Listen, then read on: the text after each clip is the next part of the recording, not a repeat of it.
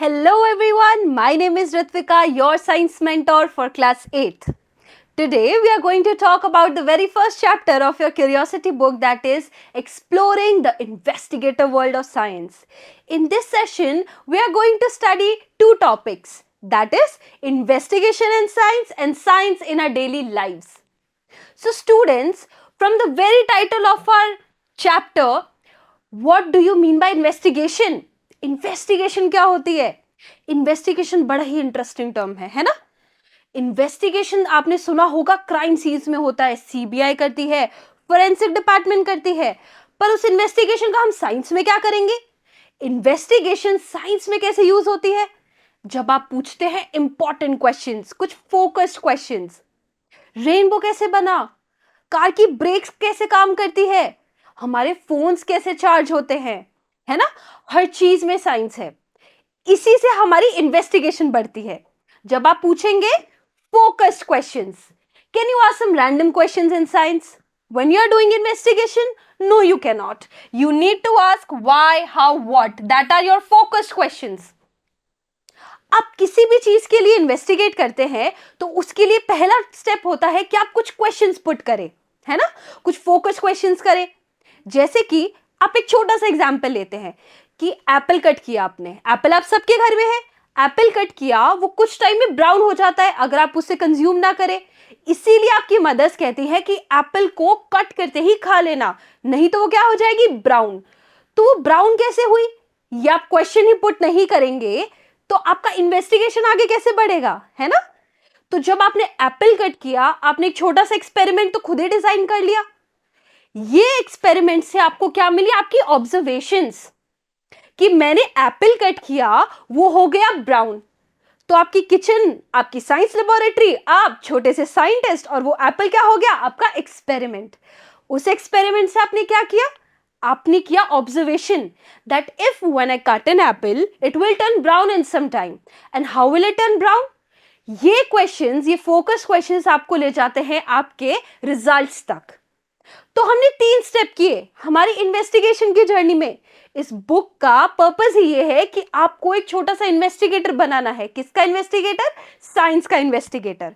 उसके लिए पहले आपको करना पड़ेगा ऑब्जर्व। अगर मैंने एप्पल कट किया और मैंने उसे खा लिया, मैंने ऑब्जर्व ही नहीं किया कि वो ब्राउन हुआ, तो मेरी ऑब्जर्वेशन तो वेस्ट चली गई ना। मैंने कुछ ऑब्जर्व नहीं किया, मैंने क्वेश्चंस ही नहीं किए। बट अगर मैंने सोचा कि मैं यही चीज किसी और फ्रूट के साथ ट्राई करूं, तो क्या वो ब्राउन होगा? क्या मैंगो ब्राउन हो सकता है? तो आपने पूछे क्वेश्चंस, फिर आपने किया एक्सपेरिमेंट कि मैंने एप्पल के साथ साथ मैंगो कट किया, बट वो तो ब्राउन नहीं हुआ। तो ब्राउन सिर्फ एप्पल हो रही है, मतलब एप्पल एयर के साथ कुछ रिएक्शन कर रही है तभी तो वो ब्राउन हो रही है। वो रिएक्शन लेकिन मैंगो नहीं कर रहा, इसीलिए सिर्फ एप्पल ब्राउन हुई, मैंगो नहीं। So by this we will get our explanation. What we will get our explanation. First we experimented, then we observed, and then we got an explanation. अगर आप सिंपली उस चीज को करके आप फैक्ट्स रट लेते तो वो रॉटिंग हो जाती, है ना? बट आपने अपना क्यूरियस ब्रेन एनहांस किया। आपने सोचा कि मैं यही एक्सपेरिमेंट किसी और फ्रूट के साथ करूंगा, तो आपको आपके रिजल्ट्स मिले। आप छोटे साइंटिस्ट तो अभी बन ही गए, है ना? तो आपने क्या किया? आपने अपनी क्रिएटिव थिंकिंग को अपनी ऑब्जर्वेशन के साथ बैलेंस आउट किया कि वो चीज एप्पल के साथ हो रही है, वो सेम चीज हमें मैंगो के साथ नहीं मिलेगी, है ना? आपने एप्पल के साथ जो एक्सपेरिमेंट किया उससे आपको मिला कि वो एयर के साथ कुछ रिएक्शन कर रहा है, बट वो रिएक्शन हमें मैंगो के साथ नहीं मिला। इसका मतलब ये है कि हमारे साथ एप्पल का कोई रिएक्शन है, मैंगो का नहीं, है ना? ये आपको आपके रिजल्ट्स मिल गए। वैसे ही स्टूडेंट्स, साइंस आपके अंदर भी है और साइंस आपके बाहर भी। हमने एप्पल का एग्जांपल लिया, अब हम लेते हैं वाटर का example. Now why water, ma'am? Because water is 70% around us. Our body is made up of 70% water and our earth is also made up of 70% water. तो हम वाटर से ही भी तो एक्सपेरिमेंट कर सकते हैं, उससे भी तो हम अपने ऑब्जर्वेशंस निकाल सकते हैं। So when we observe water under a microscope, we found these organisms. And why am I saying under microscope? Because if you observe water with your naked eyes, you cannot observe anything. When you take a glass of water, can you see anything moving around it? No, you will see a plain glass of water. But when you put that drop of water under a microscope, what you will observe is a whole living world. आपने अगर water को microscope के नीचे observe किया, वो magnifying glass की तरह काम करता है. मैग्नीफाइंग ग्लास क्या होती है? हर चीज को मैग्नीफाई करती है, बड़ा करती है. तो जब आप वाटर को ऑब्जर्व करेंगे, आपको इसमें छोटे छोटे माइक्रो ऑर्गेनिजम्स दिखेंगे जो कि आपको अपनी आई से नहीं दिख सकते. ये माइक्रो ऑर्गेनिजम्स पूरा का पूरा बायोम बनाते हैं, पूरा का पूरा उसमें इकोसिस्टम बना देते हैं. तो ये तो हमने ऑब्जर्व कैसे किया? माइक्रोस्कोप के थ्रू. तो ऐसा तो नहीं है ना कि जो चीज हमें दिख नहीं रही उसमें साइंस नहीं है. हमने तो वाटर में भी साइंस लगा दी. तो वाटर में जब हमें ये माइक्रोब्स मिले, तो ये माइक्रोब्स भी अब हमें दो टाइप्स के हैं. कैसे? एक हमारे फ्रेंड्स है, एक हमारे दुश्मन है. फ्रेंड से मेरा मतलब क्या हुआ? Those are helpful to us. और दुश्मन, those are harmful to us. मतलब वो हमें नुकसान पहुंचा सकते हैं. So let's talk about helpful microbes first. Helpful microbes के कुछ एग्जांपल्स क्या होंगे? हेल्पफुल माइक्रोब से मैं समझ सकती हूं कि वो हमारे काम के हैं. तो हमारे काम के कौन से माइक्रोब्स हुए? एक एग्जाम्पल देती हूं. आपने खाना खाया, उस खाने को डाइजेस्ट करने में क्या सिर्फ आपका डाइजेस्टिव सिस्टम काम कर रहा है? क्या सिर्फ आपकी स्टमक और इंटेस्टाइन्स काम कर रही है? नहीं. उस खाने को डाइजेस्ट करने में हमारे आते हैं माइक्रोब्स, जो हमारे गुड माइक्रोब्स, हेल्पफुल माइक्रोब्स. वो हमारे खाने को डाइजेस्ट करने में हमारी हेल्प करते हैं. हेल्प किया, हमारे फ्रेंड्स हो गए, मतलब हेल्पफुल हो गए. दूसरा एग्जाम्पल हम ले सकते हैं मेडिसिन या वैक्सीन्स. जब आप बीमार हो जाते हो तो आपको मेडिसिन देती हैं आपके पेरेंट्स, है ना? वो मेडिसिन किससे बनती है? हमारे फ्रेंड्स से, मतलब हमारे हेल्पफुल माइक्रोब से. दूसरा एग्जाम्पल आता है मेडिसिन प्रोडक्शन का. ये अच्छे माइक्रोब्स, ये गुड माइक्रोब्स हमारी मेडिसिन प्रोड्यूस करने में हेल्प करते हैं. पर मैम, अगर हम बीमार हो गए तो वो भी तो माइक्रोब ही हुआ, है ना? बीमारी कहां से आती है? आपको डिजीजेस कैसे लगती है? हार्मफुल माइक्रोब से. मैंने बोला ना, कुछ माइक्रोब्स हमारे दुश्मन है, कुछ हमारे दोस्त हैं. तो हमारे दुश्मन कौन से हुए? हार्मफुल वाले, जो कि हमें डिजीजेस देते हैं. जैसे कि कोल्ड हो गया, मलेरिया हो गया. इन सब का नाम सुना है ना? ये किसके किसके थ्रू होते हैं? ये हमारे हार्मफुल माइक्रोब्स के थ्रू होते हैं. ठीक है. अब मैम आपने ये बता दिया कि माइक्रोब्स हार्मफुल होते हैं, वो हमें डिजीजेस देते हैं. बट हम उन डिजीजेस से लड़ेंगे कैसे? हम फिट कैसे रहेंगे? फिट रहने के लिए दो बातें तो आप सबने सुनी है, जैसे कि अच्छा खाना चाहिए and you need to exercise, right? So what do I mean by अच्छा खाना चाहिए? मतलब you need to take nutritious food. That is, you need to take a balanced diet. Ma'am अब आपने दो चीजें बोल दी, बैलेंस्ड डाइट और न्यूट्रिशियस फूड. अब हमें तो नहीं आया समझ में. न्यूट्रिशियस फूड का मेरा मतलब है कि उसमें आपके गुड अमाउंट में कार्बोहाइड्रेट्स, प्रोटीन्स, विटामिन्स, मिनरल्स, जो आपकी बॉडी को हेल्दी रखे, जो आपकी बॉडी की डेली रिक्वायरमेंट को पूरी करे. That is your balance diet, जो आपका न्यूट्रिशियस फूड हो गया. आपके पिज्जा और बर्गर न्यूट्रिशियस होते हैं क्या? बिल्कुल नहीं होते. वो उल्टा आपको बीमार कर सकते हैं. But if you take good food at your home, जो आपके घर में बना हो, जो फ्रेश हो, जो सीजनेबल हो, वो आपका न्यूट्रिशियस फूड में आता है. अब हमने फूड की बात कर ली. What about exercise? Now exercise से हमारा क्या मतलब हुआ? कि कोई भी फॉर्म की फिजिकल एक्टिविटी. आपके स्पोर्ट्स हो गए, आपको कुछ भी खेलना पसंद हो, cricket, badminton etcetera, yoga, walking, running, everything comes under exercise. यही आपको हेल्दी रखेगा. But still if you fall sick after following a good diet, after even exercising, you fall sick, what will be the next step? The next step will be medicines. मैंने बताया ना, good microbes किस में help कर रहे हैं? आपके दोस्त मेडिसिन प्रोडक्शन में. तो आपको कोल्ड हो जाता है तो आपके पेरेंट्स आपको कोल्ड की मेडिसिन देंगे. वही मेडिसिन जब एक अच्छे फॉर्म में, जब एक मोस्ट स्ट्रॉन्गर फॉर्म में आती है, वो बनाती है आपकी वैक्सीन्स. अगर मान लीजिए आपको कोई बड़ा इन्फेक्शन हो जाता है, let's just take an example of COVID, right? Corona virus, वो वायरस था, that was an harmful microbe, लेकिन उसकी वैक्सीन हुई, वो भी माइक्रोब से बनी, बट वो हेल्पफुल हो गई. माइक्रोब्स दो टाइप्स के बताए ना मैंने अभी. तो आपकी वैक्सीन्स, ये आपकी इम्यूनिटी बूस्टर का काम करती है, ये आपकी इम्यूनिटी का हेल्पर है, ये आपको एक्स्ट्रा प्रोवाइड करती है इम्यूनिटी. ठीक है.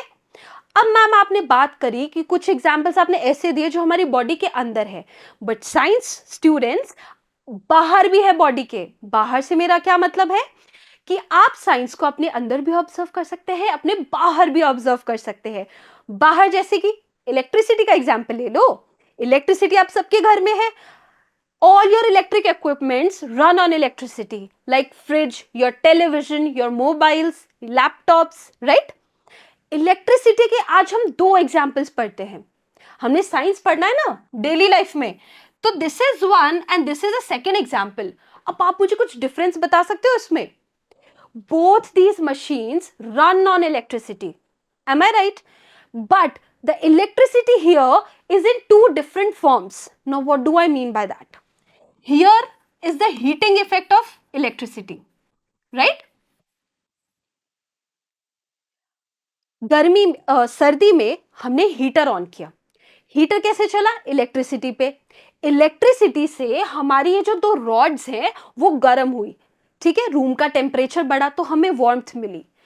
तो ये इक्विपमेंट इलेक्ट्रिसिटी को हीट एनर्जी में ट्रांसफर कर रहा है, बट है तो इलेक्ट्रिसिटी ही, राइट? यही दूसरा इक्विपमेंट है। ये क्या हुई? हमारी मोटर।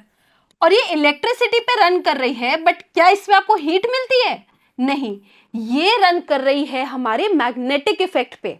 इसमें जो मोटर्स हैं, गियर्स है, इलेक्ट्रिसिटी उनसे अपना काम करवाती है, बट मैग्नेटिक इफेक्ट है इसलिए ये मैकेनिकल काम करेगी। ये गर्म करने का करेगी क्योंकि हीटिंग इफेक्ट है, और ये हमारा काम करेगी पानी के मोशन के लिए। मोटर्स आपने देखे होंगे, फार्म्स पे होते हैं, आपके घर में भी होता है ना? तो वो वाटर को क्या करता है? To and fro motion, up and down motion, water का मूवमेंट इस मशीन के थ्रू होता है। ये मशीन किस पे रन कर रही है? इलेक्ट्रिसिटी पे। बट इलेक्ट्रिसिटी का फॉर्म कौन सा हुआ? मैग्नेटिक। तो इलेक्ट्रिसिटी के भी दो फॉर्म्स हमने पढ़ लिए, है ना? साइंस इसी तरह से आपको बहुत सारे एग्जाम्पल्स में मिल सकता है। आपके डेली लाइफ को आपको ऑब्जर्व करने की जरूरत है। उससे जब आप क्वेश्चन पुट करेंगे आप खुद समझ जाएंगे कि इसका एक्सप्लेनेशन क्या होगा। आपको फैक्ट्स रखने की जरूरत नहीं है। एम आई राइट? तो आज हमने क्या क्या पढ़ा? आज हमने पढ़ा कि what is the role of investigation in science and how are investigation, observations and creative thinking are balancing out, right? और हमने क्या पढ़ा? हमने पढ़े एग्जाम्पल्स कि साइंस हमारी लाइफ में, हमारी डेली लाइफ में कहाँ कहाँ काम आ रही है और उसे हम कैसे पहचान सकते हैं, उसे हम क्वेश्चंस कैसे पुट कर सकते हैं, हमारी क्यूरियोसिटी सैटिस्फाइड कैसे कर सकते हैं। So moving forward, now that you have learned so much in this session, tell me some few questions, right? What helps a motor run and a machine function? आपको सवाल समझ में आया? ये पूछ रहे हैं कि मोटर और मशीन का फंक्शन कैसे हो रहा है ना? अब आप मुझे बताइए इन चार ऑप्शंस में से सही ऑप्शन कौन सा है? Is it light energy? Is it magnetic effect of electric current? Is it wind force or it is water flow? I think the option is third, right? Second, sorry. Why? Because machine हमने अभी पढ़ा motor के लिए कि वो magnetic effect पे काम करता है। इलेक्ट्रिसिटी पे में वो मशीन रन कर रही है, बट उसका फॉर्म कौन सा हुआ? Magnetic effect. Is it light energy? Is that motor producing light? Is it acting as a bulb or a tube light? No, it's not. Is it acting like a wind force? Is it your cooler or AC? No, it's not. Is it water flow? Water का motion करने में help कर रही है, but question हमारा क्या था? Motor run किस पे कर रही है, मशीन फंक्शन किस पे कर रही है। उसने उसका वर्किंग रिजल्ट नहीं पूछा, उसने पूछा है कि काम कैसे कर रही है। इसने भी तो फोकस क्वेश्चन किया ना, magnetic effect of electric current पे। Second question, Which of the following helps us stay healthy and fight infections? आप मुझे बताइए हेल्दी रहने के लिए क्या जरूरी है? पोल्यूशन जरूरी है, उससे तो आप बीमार हो जाएंगे। सॉल्ट वाटर जरूरी है, doesn't make sense. Dust particle जरूरी है, फिर आपको स्नीजिंग हो जाएगी। जरूरी क्या है? Nutritious food and vaccines. हमने अभी पढ़ा बैलेंस डाइट खानी है ना, और वैक्सीन्स लेनी है। Third question, Science investigations often begin with asking dash questions. First question पे ही मैंने आपको इसका हिंट दिया था। क्या पूछा जा रहा है? Focus questions. Can we ask random questions in science? No, we can not. मैंने आपको एग्जांपल दिया ना, कि एप्पल कट करके अगर आप ये पूछेंगे या आपने पूछा ही नहीं तो उसका मतलब ही नहीं हुआ। आपने ये पूछा कि एप्पल कट कैसे हुआ, that's a random question, but you need to ask focus questions like why did it turn brown, after how much time did it turn brown. These are focused questions. So for this session, thank you very much.